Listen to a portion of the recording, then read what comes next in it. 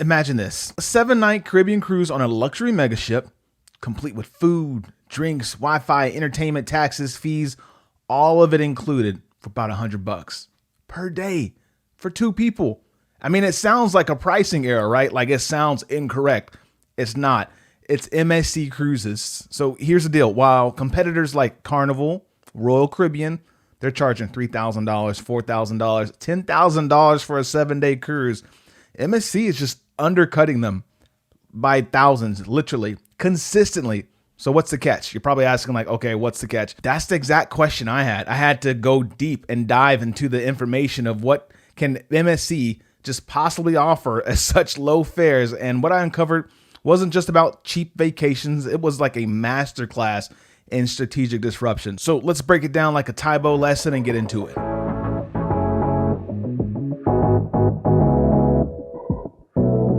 Yo, what's up? My name is Griff, founder of Ahoy365.com. And if you're new here, welcome. But if you've been here, welcome back, Paradise Crew. The cruise industry's best kept secret, and what most people don't know, is that MSC Cruises is just one slice of a $100 billion global shipping empire, the Mediterranean Shipping Company. This is not your typical cruise line chasing quarterly earnings and shareholder expectations.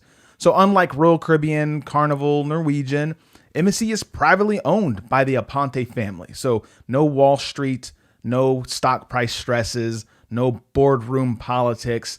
That freedom lets MSC take a long-term view. They don't need to maximize profit per passenger on every sailing. They really don't. They can afford to break even or close to it because their cargo business is wildly profitable. I mean, it's huge. Your Caribbean margarita might just be subsidized by a container of bananas crossing the Atlantic. It's kind of genius if you think about it. So thin margins, big vision. MSC doesn't play to win the quarter.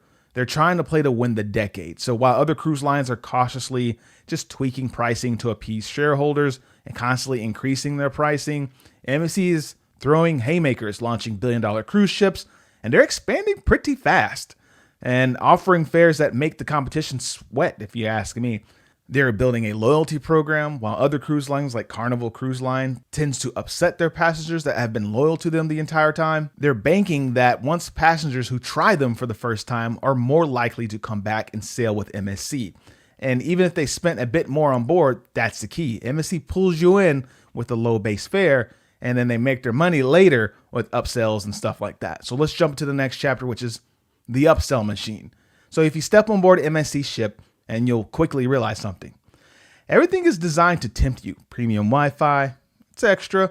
Specialty dining, it is extra. Virtual reality, bowling, Formula One simulators, all extra. Now they've got ways for you to bundle this all together, and if you get lucky, you can find a deal like we did where it's $100 for everything. It was nuts.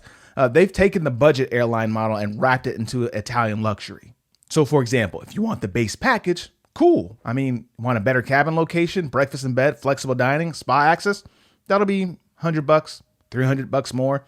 It's called MSC Experiences. There's Bella, Fantastica, Aria, Yacht Club, and each tier unlocks more perks. It's brilliant because it feels like freedom of choice, but it's carefully engineered to increase your spend without triggering buyer's remorse.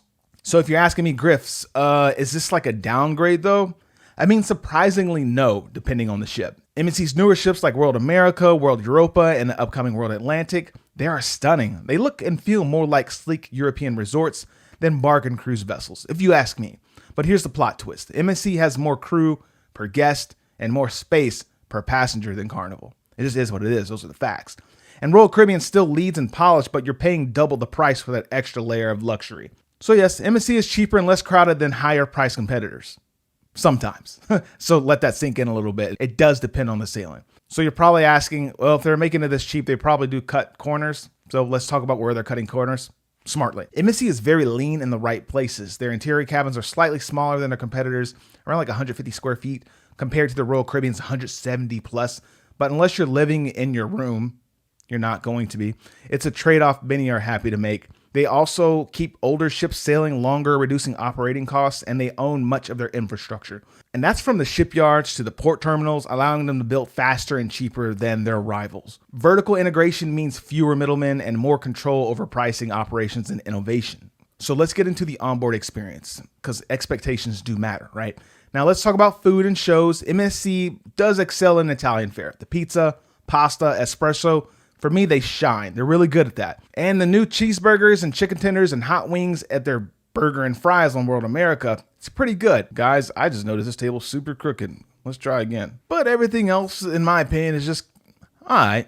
However, the specialty dining is amazing. So I would encourage you to add on some specialty dining to your cruise and you've got yourself a winner.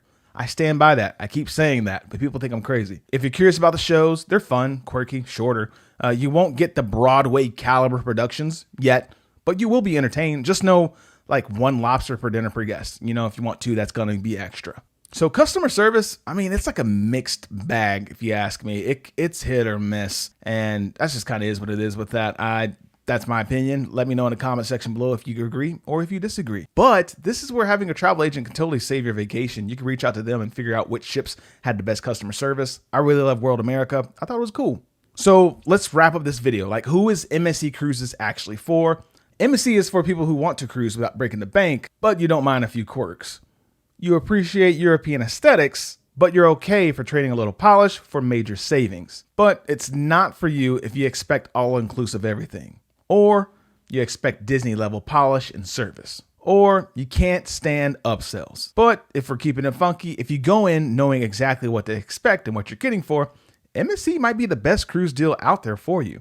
What this means for the cruise industry, though, is MSC isn't just competing. They're basically rewriting the rules, or at least they're trying to. And the ripple effects are already happening. Carnival and Royal Caribbean are already experimenting with bundles, building bigger ships, smaller ships, and shortening itineraries and shifting their strategies a little bit. Because, like it or not, MSC's long game approach is kind of working. Their goal isn't to be the fanciest, at least in my opinion. It's to be irresistible. And honestly, they might be pulling it off. So here's my final thoughts. MSC's pricing isn't necessarily a gimmick. It's a signal of where the cruise industry is trying to head for them. A world where privately owned disruptors, vertically integrated operations, and razor-sharp strategies reshape what we expect from vacation at sea. So next time you see one of those cheap cruises, $50, $100, $200 a day cruise deal, I mean, don't just ask if it's real. Ask why it's real and whether you're ready to sail smarter with them. Listen, if you're trying to do Royal Caribbean or MSC, we've got this video right here. We went back and forth between them at the same time. Or if you just want to know what Royal Caribbean versus NCL is like, we've got that video right here too. They're two fantastic, almost 300,000 views on both. Go check them out. And as always, if you dig the vibes, please subscribe. And if you care, please share. And we'll see you in paradise. Peace.